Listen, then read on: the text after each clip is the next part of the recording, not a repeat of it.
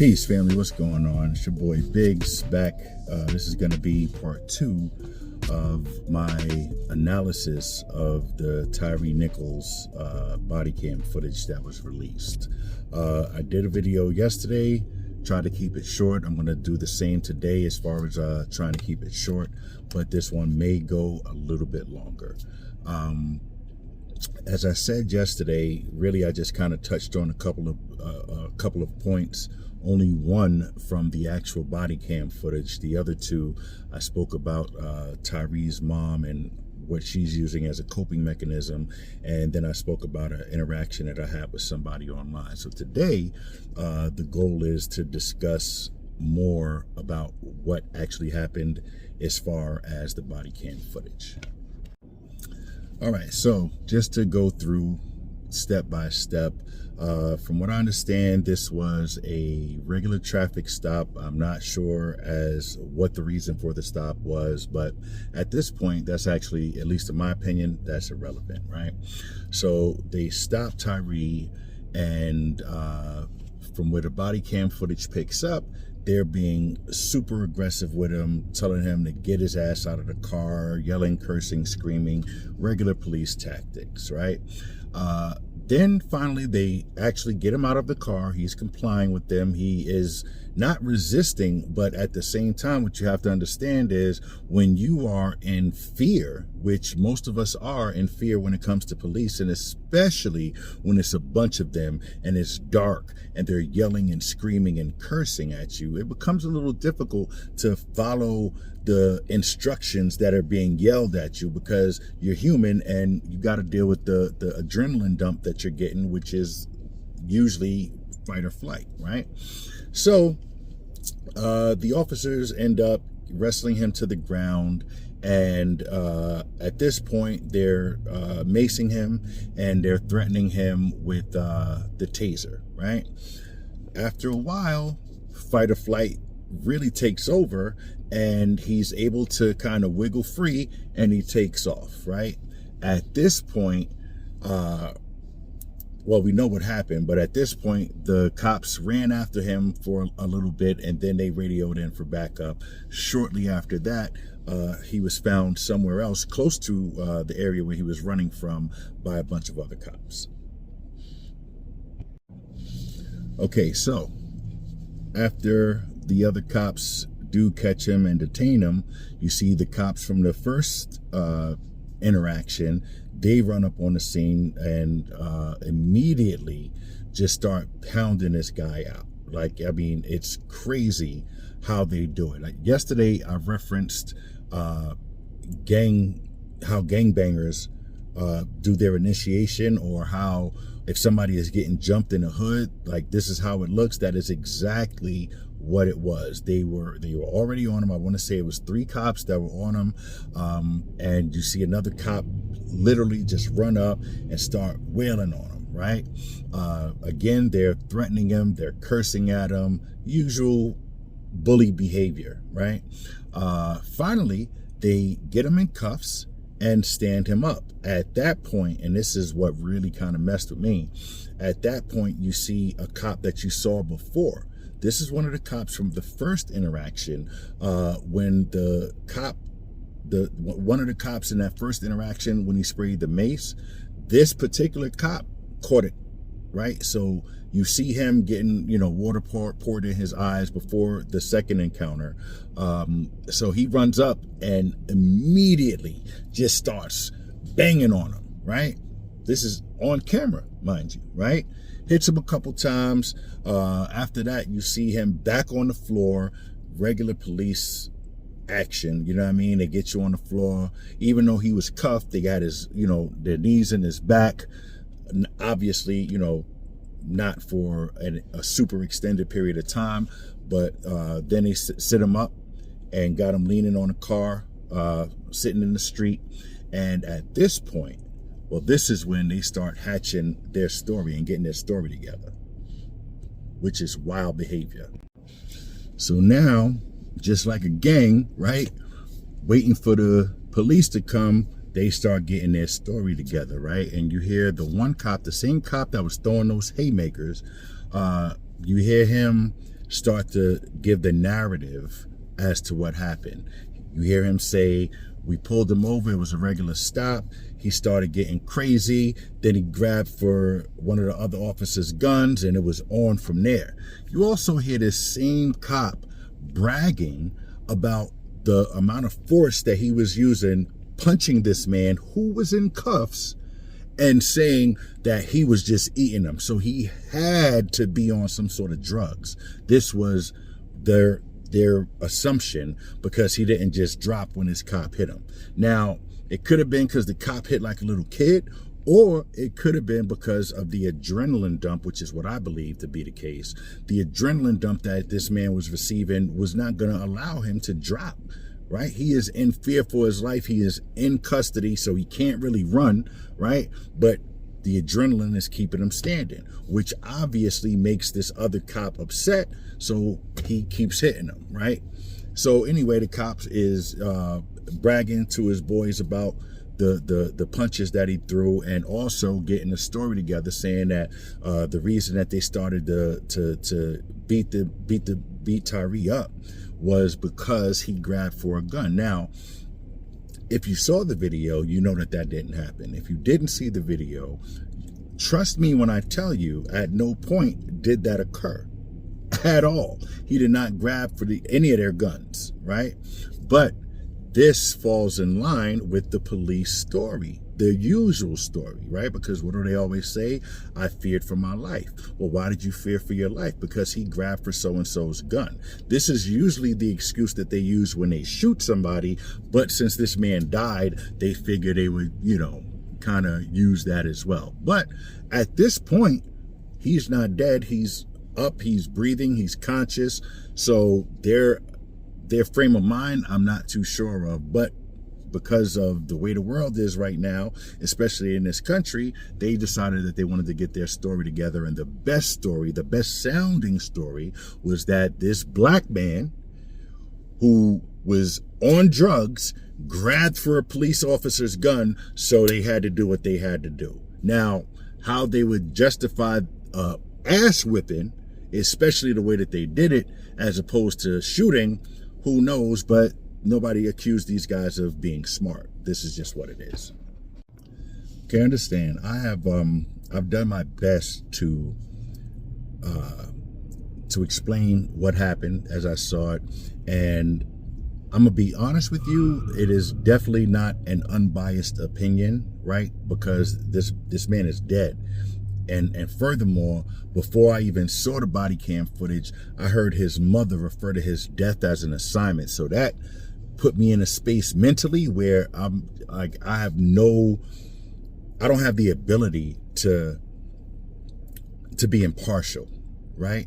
And again, I want to state, for anybody that is new to my videos, I'm not one of those dudes that's like, F the police and they deserve whatever they get, right? If it was a situation where, let's say Tyree did have a gun and Tyree pulled out this gun and, aimed it at one of the officers and he ended up getting shot, guess what? I would say that Tyree deserved to get shot. Unfortunate, but he committed the act that could be considered a threat, right? He drew his gun. But in this situation, that's not the case. And we already know how the police deal with things, right? So I wanted to put that out there just because I know that there are people on the internet that love to troll and you want to try to come at me on some craziness. And I just wanted to kind of cut that off at the knees before anybody had the opportunity to say it. I'm not one of those dudes that feel like whatever happens to a cop, they deserve. If it's justified, it's justified. At the end of the day, they are a gang, but individually they are humans, right? And I'm human, so I have to kind of run with that frame of thought. So keep that in mind as you watch this video and any other video that I do that deals with police brutality or calling for police accountability or anything like that. Please don't understand that I am really not one of those dudes that just think anything that happens to a cop is okay. All right. So now I got questions, right? about this case and just about the way that the police work in this country, right? As I was watching a press conference with Ben Crump, who is the attorney for the Nichols family, he said something that I literally thought well before I heard him say it. I was thinking, well, this is kind of quick. They, like, the Memphis commissioner, police commissioner, handled this like super quick. These dudes were fired and have been charged and all of that, and I find out that it hasn't even been 20 whole days, which is unprecedented, right? So that led me to start thinking about every other situation where there's been police brutality involved, there's been a video or witnesses involved, and how long that took. And if my memory serves correct, it's usually like 6 months to a year before we hear anything or see any video. So the question in my mind becomes, well, first of all, I want to commend the commissioner for handling their business so quickly, but I can't help but ask, did they handle this so swiftly because the 5 cops that were implicated were black, as well as the victim? Would this have gone as quickly if it were 5 white cops, or 3 black cops and 2 white cops, or 3 white cops and 2 black cops? These are the questions that form in my mind, because historically speaking, this is not the way that these things play out, right? So for me, I'm really questioning the sincerity, first of all, of the commissioner and the people around the commissioner who made this decision. I'm really questioning what their true motivation was. Was it to have justice come as swiftly as possible? Because if that's the case, I'm all for that. I am all for it. My thing is, moving forward, and this is something that Ben Crump said, we now have a new status quo. We now know and understand that, especially in a situation where it's police brutality and there's video involved, there is no reason that we should be waiting months and months and months, sometimes a year, in order for justice, the wheels of justice, to start rolling, right? This case right here has, in my opinion, and in Ben Crump's opinion, has set a brand new precedence for PD all over the country.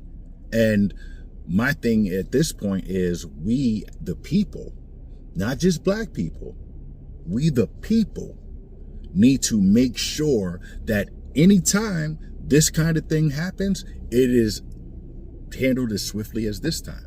Because we now know that no matter what BS they hand us about bureaucracy and procedure and protocol, all of that just went out of the window. And if it's not just because they're black, then that means that they've been lying to us all of this time, which we can deal with in another situation, right? But they've either been lying to us all this time about the way that these investigations work, or they move so swiftly because the cops are black and it was easy to just dismiss them, right? Now, in addition to that, I know most of you probably know this, but the police that stopped Tyree were part of a special unit, right? So this also, by the way, is one of the reasons that I keep referring to them as gangs and gangbangers, right? Especially in this situation, because these cops were part of a special force called Scorpion, right? And I don't really know, it's an acronym. I'm not really sure what all of the letters stand for, but we do all know what scorpions do. They sting and they're poisonous. So the fact that they were modeling themselves after this insect, right? And these are the kinds of actions that they commit, well, that in and of itself at least bears some conversation, right? In addition to that, we have to know and understand or acknowledge the fact that Tyree was not the first, he was not the second, he wasn't even a third person to try that had a negative interaction with this gang, right? There was a older black man, I believe in his 60s, that had interaction with them, and they got physical with him. He was able to present pictures of his injuries. Nothing was done. I believe there was another young black man who had the same interaction, who went to the police precinct after the interaction and asked for an investigation to be done. Nobody got in contact with him. So this is not their first rodeo, right? They've been doing this kind of thing for a minute, and they've been getting away with it up until now. We need to take that into account as well. Just to sum everything up, I watched the video so that you didn't have to. The best description that I could give is that if you've ever seen somebody get jumped in the street or in school or anything like that, where it's a bunch of yelling and cursing and punching and kicking, this is exactly what these guys did to Tyree, right? Now, fortunately, at least, I mean, I don't even know if that's the right term I should be using, but the video, you see him alive, right? You don't see a lifeless body. So as far as the level of trauma, while this is still extremely traumatic, Tyree lived for 3 more days in probably excruciating pain, but they didn't beat him to death right there on the spot. Either way, like it's a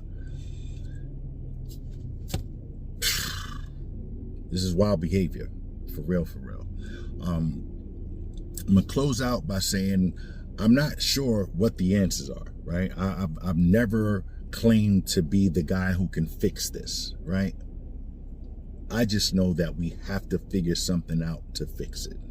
And in my opinion, Memphis PD has kind of given us a blueprint, right? Now we know for certain that these kinds of things can be handled swiftly.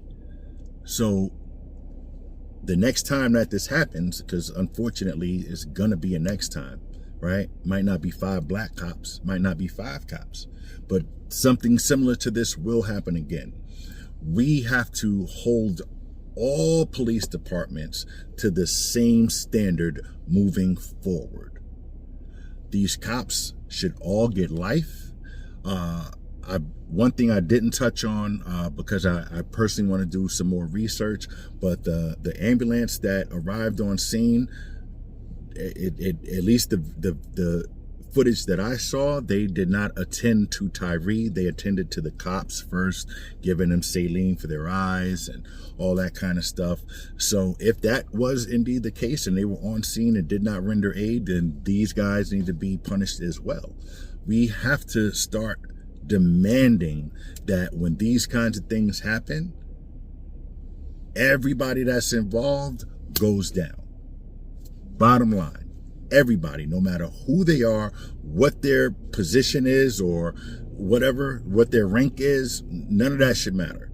If you do something like this, especially if we have video evidence, there is zero reason that justice and the whole legal process should not be super swift. So with that said, if you haven't watched the video, don't watch the video.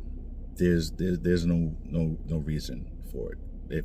Even if you haven't seen a real life jumping situation, I'm sure you've seen it in movies or on TV. It looked just like that, right? So there's really no reason for you to put yourself through that kind of trauma. Keep in mind though, that when this happens, we need to activate, right? And usually, I'm not gonna front, I'm all for the protest. I'm even for tearing some shit up every once in a while, because that seems to be the thing that gets the attention, right?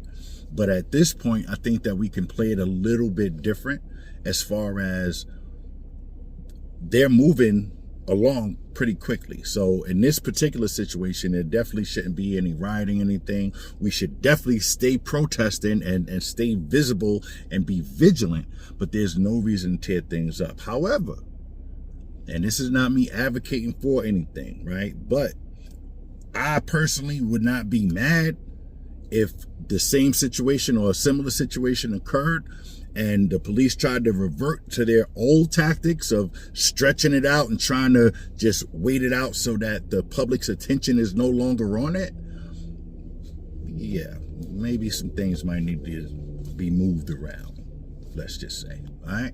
So with that said, just try to be safe, man. Like, there's really no advice that I know to give, right, that can prevent this kind of situation from happening. I think that when you're dealing with a cop, it really just depends on the individual and their energy, right? Because not every cop is going to act or react like these 5 jerk-offs did, but I think a very large percentage will kind of fall back if they run up on the situation and one of their fellow officers is acting like that. And we need to hold them more accountable for that. So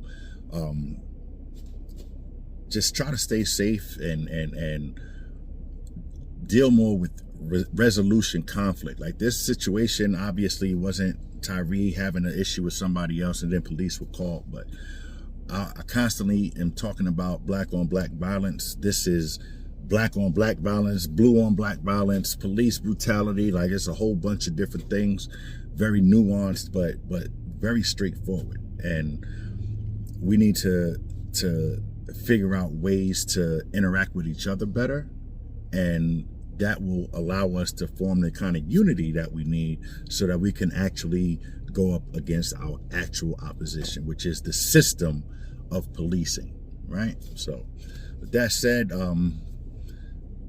like the video. If you have not subscribed, please do that, and stay tuned for the next video. Also, I got some links in the description if anybody wants to show support, or if you want to get onto my Patreon.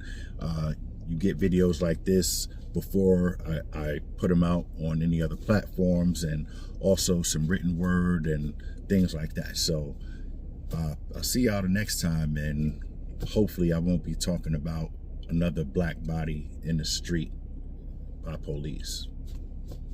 Peace.